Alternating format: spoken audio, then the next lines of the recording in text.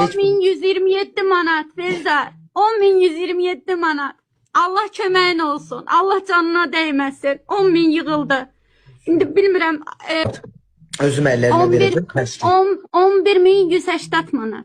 Hay 11.180 maşallah. manat. 11 min, 11 min Bəli, 180 yani 185 manat. 11.200 deyək də.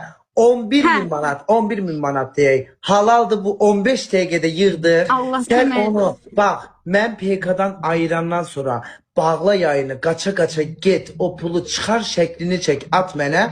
Sabah bak tezdən yatma ya Mənim da gözüm yat. üstə. Yat Baş. get sabah. Adı neydi doktorun yeniden de? Elxan Qasımov Bonadiya klinikası. Buradan Elxan Qasımov Bonadiyada çalışan Elxan Atamla Qasımov gedəcəm inşallah. doktoruma təhvil verir.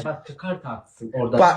Təhvil verirəm sizə. Elxan doktor, siz Allah bu gözəl uşağa əməliyyat eləyin. Əməliyyatına da gələcəm. Tez yəni tezə Çox soxun.